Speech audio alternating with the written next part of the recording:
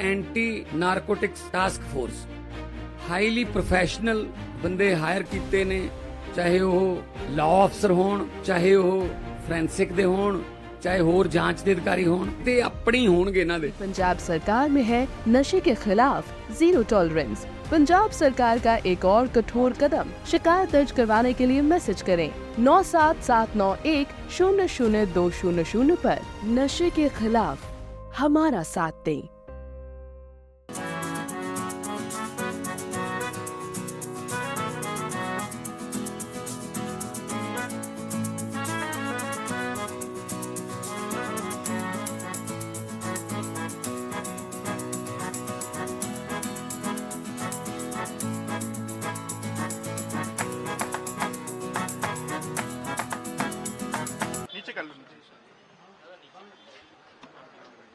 पिछले कुछ वर्षों में सबसे बड़ी चुनौती और लगातार तेजी से बढ़ती हुई चुनौती जिसने अपराधों के स्वरूप को प्रभावित किया है वो साइबर क्राइम है। पिछले दिनों माननीय मुख्यमंत्री महोदय ने भी इसके लिए निर्देश दिया था कि पुलिस इसके लिए कमर कसकर अपने तैयार करे और बढ़ती हुई चुनौतियों के अनुरूप और ज्यादा से ज्यादा बेहतर अपने को संसाधनों से युक्त करे। उसी कड़ी में आज भोपाल में पहली बार, प्रदेश में पहली बार यहाँ के जितने भी थाने हैं सभी थानों में एक साइबर डेस्क की शुरुआत की जा रही है। यह साइबर डेस्क के लिए पिछले लगभग 2 सप्ताह से ज्यादा पुलिस लगातार अपने को तैयार कर रही थी।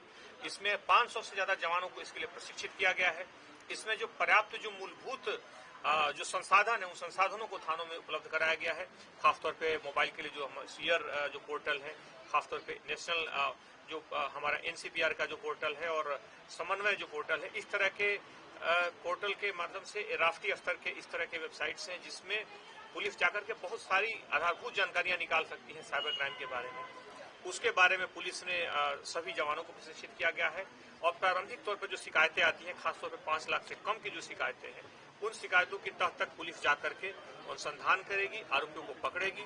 ऐसे मामलों में पुलिस ने पिछले दिनों भोपाल पुलिस ने लगातार, हम जानते हैं कि डिजिटल अरेस्ट के भी कुछ केसेज आए थे और उन केसेज में भी आरोपियों को तह तक महोबा तक जाके पकड़ा गया।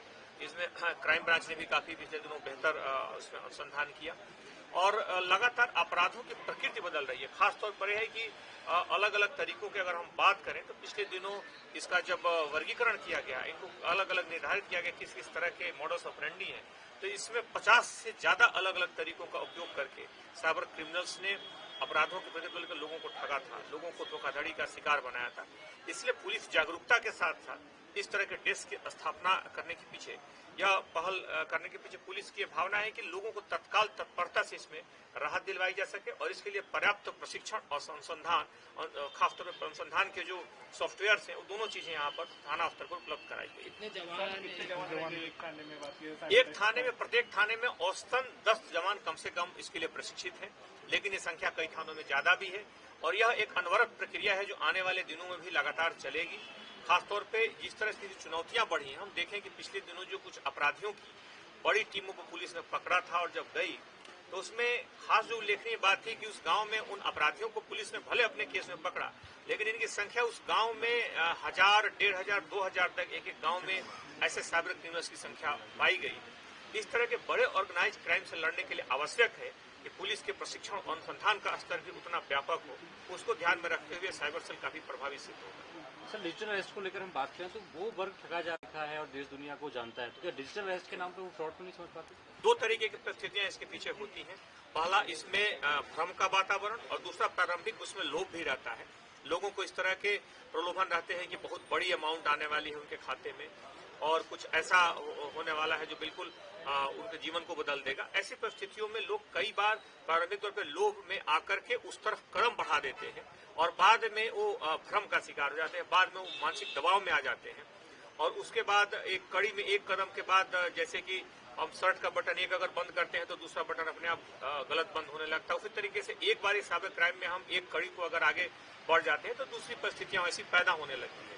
ऐसे में लोगों को पुलिस प्रशिक्षित भी कर रही है। स्कूल, कॉलेजेज और विभिन्न शैक्षणिक संस्थानों में जाकर के पुलिस इसके लिए जागरूकता भी ला रही है और खासतौर पे जो साइबर हेल्पलाइन है और विभिन्न थानों में जो डेस्क स्थापित किए गए हैं, इसका उद्देश्य है कि पुलिस की जो लड़ाई है खासतौर पे इस तरह के अपराधों की और ज्यादा सघन हो। सर, जागरूकता कमी नहीं है क्योंकि डिजिटल अरेस्ट में लगातार आप जागरूक कर रहे हैं, लेकिन फिर भी लोग उसका ही का शिकार हो रहे हैं, बुद्धिजीवी भी हो रहे हैं। बिल्कुल आपका कहना सही है कि इसमें बुद्धिजीवी वर्ग इसका प्रारंभिक शिकार है सबसे ज्यादा, जो है क्योंकि तकनीक का हम जितना ज्यादा इस्तेमाल करेंगे और वो इस्तेमाल के पीछे हम पर्याप्त संवेदना खासतौर पे सावधान नहीं रहेंगे तो उसका शिकार होने की संभावना बढ़ जाएगी। तो इस तरह की बातें आई है कि कई बार आपने देखा था इंजीनियर थे, अभी एक डॉक्टर जो थे, अभी 2 दिन पहले डॉक्टर हुए थे।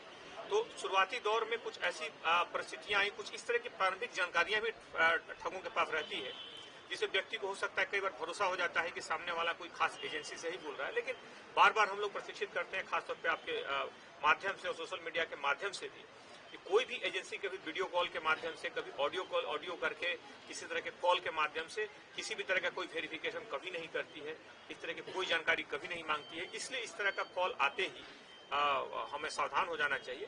हालांकि यह एक तरीका है, इसके अलावा भी सैकड़ों तरीके हैं जो खासतौर पर इस अपराध के लिए जिम्मेदार है। हमसे जुड़े रहने के लिए हमारे YouTube चैनल को सब्सक्राइब करें और नई वीडियो की नोटिफिकेशन के लिए बेल आइकॉन को दबाएं। अगर आप ये वीडियो Facebook पर देख रहे हैं तो लाइक जरूर करें और ज्यादा से ज्यादा शेयर करें। धन्यवाद।